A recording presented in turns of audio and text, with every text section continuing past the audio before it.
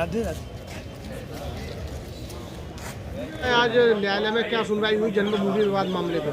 जिला जज साहब के यहाँ जो इनका रिवीजन चल रहा है उसमें हमने अपनी तफसील से सारी जानकारी दी है उसमें, और जो इनके दावे में कमियां हैं उन कमियों को जिला न्यायालय के समक्ष रखा है।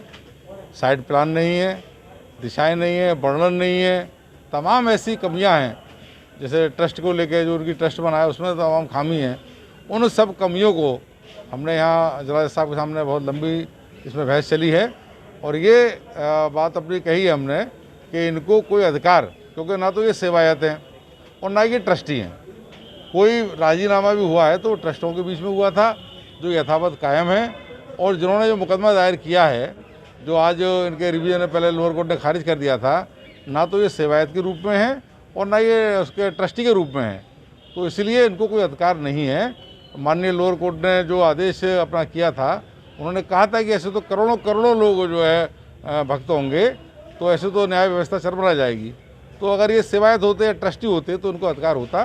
तो इसी में बहस चली है और भी वो बहस लगातार जारी है, और 17 तारीख को पुनः हमारी बहस होगी।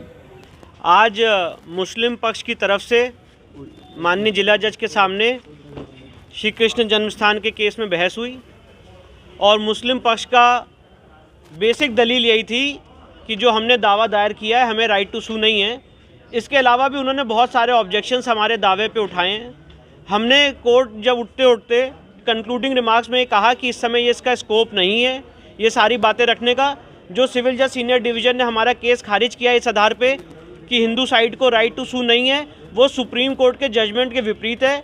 जो सुप्रीम कोर्ट ने राम जन्मभूमि के केस में पैरा 346 में कहा है कि डेटी और डिवोटी दोनों केस फाइल कर सकते हैं अगर शिकायत नेग्लिजेंट रहा है। ये सारी बातें हमने जिला जज के सामने पॉइंट आउट की, और जिला जज साहब से रिक्वेस्ट की कि इसको एक ऐसे समय पर रख लिया जाए जब मुस्लिम पक्ष अपना आर्गूमेंट कंक्लूड कर दे और उसका हम रिजॉइंडर भी दे दें।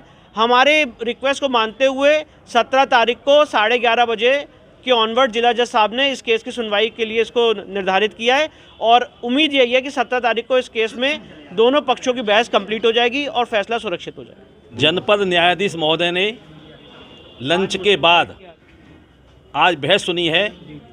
बहस सुनने के पश्चात में बाकी बहस के लिए उनके द्वारा 17 जनवरी नियत कर दी गई है। मुख्य प्रश्न इसमें इस बात का है कि राइट टू सू है कि नहीं है। राइट टू सू पर सारी बहस चल रही है, और मैं समझता हूं कि जल्दी ही इसमें निर्णय आने वाला है। इस मामले में क्या सुनवाई हुई? आज माननीय न्यायालय ने हिंदू महासभा की जो कृष्ण जन्मभूमि की जो तारीख थी उसमें 10 फरवरी की डेट डाल दी गई है, और हमने न्यायालय से मांग की थी कि इन्होंने 5 बार की नमाज चालू कर दी है मुस्लिम पक्ष ने। पहले तो ऐसा कभी नहीं होता था, लेकिन अब ये इनकी पैरवी इतनी बढ़ गई है, कभी नमाज बढ़ा रहे हैं, कभी वहाँ लड़ने को तैयार हो जाते हैं हिंदुओं से। हिंदू राज में, भाजपा राज में ये हो रहा है, तो सपा बसपा में क्या होगा? तो आपने क्या रखा है? हमने माननीय न्यायालय के सामने ये पक्ष रखा है कि इनके खिलाफ वहाँ जाके सबूत पेश किए जाएँ, जो क्योंकि हमारे जो हिंदू महासभा ने जो पहले भी न्यायालय से मांग की थी कि जो शाही ईदगाह में जो मंदिर के जो सबूत हैं, साक्ष्य हैं, उनको ये लोग नष्ट कर सकते हैं, तो वहाँ जाके निगरानी होनी चाहिए।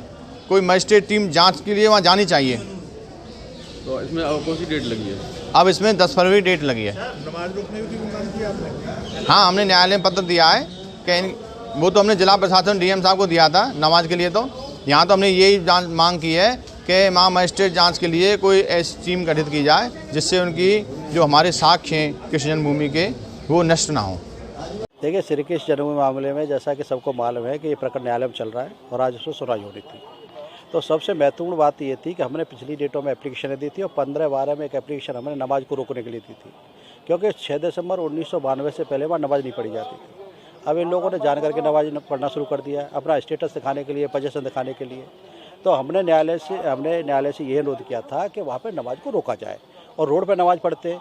रोड पर नमाज पढ़ने का औचित्य क्या है भाई? रोड पर जब कोई पेशेंट जाता है, यातायात व्याधित होता है, तो हमने ये भी अनुरोध किया था न्यायालय से कि वहाँ की नमाज को रोका जाए। दूसरी बात हमने कहा था कि वहाँ स्टेटस को कर दिया जाए प्रॉपर्टी का, क्या कोई किसी तरह की तोड़फोड़ ना हो, यथास्थिति रहे वहाँ पर। तो यथास्थिति रहेगी, ना कोई निर्माण होगा ना कोई तोड़फोड़ होगी। तो हमने ये भी अनुरोध किया था।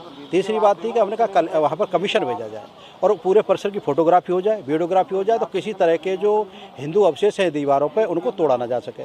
तो हमने उसके लिए भी आज एप्लीकेशन दी थी इसमें, और हमने माननीय न्यायालय से अनुरोध किया था कि इसकी डे टू डे हियरिंग होनी चाहिए, और इसी को देखते हुए न्यायालय ने सुना सबको, और सुनने के बाद माननीय न्यायालय के द्वारा 20 जनवरी अग्रिम तारीख इसमें लगा दी गई है। अब 20 तारीख को इसमें विधिक रूप से सभी प्रार्थना पत्र में पुनः सुनवाई होगी। आज इसमें कौन कौन हाजिर हुए? नहीं, मुस्लिम पक्ष की तरफ से सिया सुन्नी वक्फ बोर्ड भी अपीयर हुआ, शाही मस्जिद भी अपीयर हुआ, और श्री कृष्ण जन्मस्थान भी अपीयर हुआ, सब लोग अपीयर थे।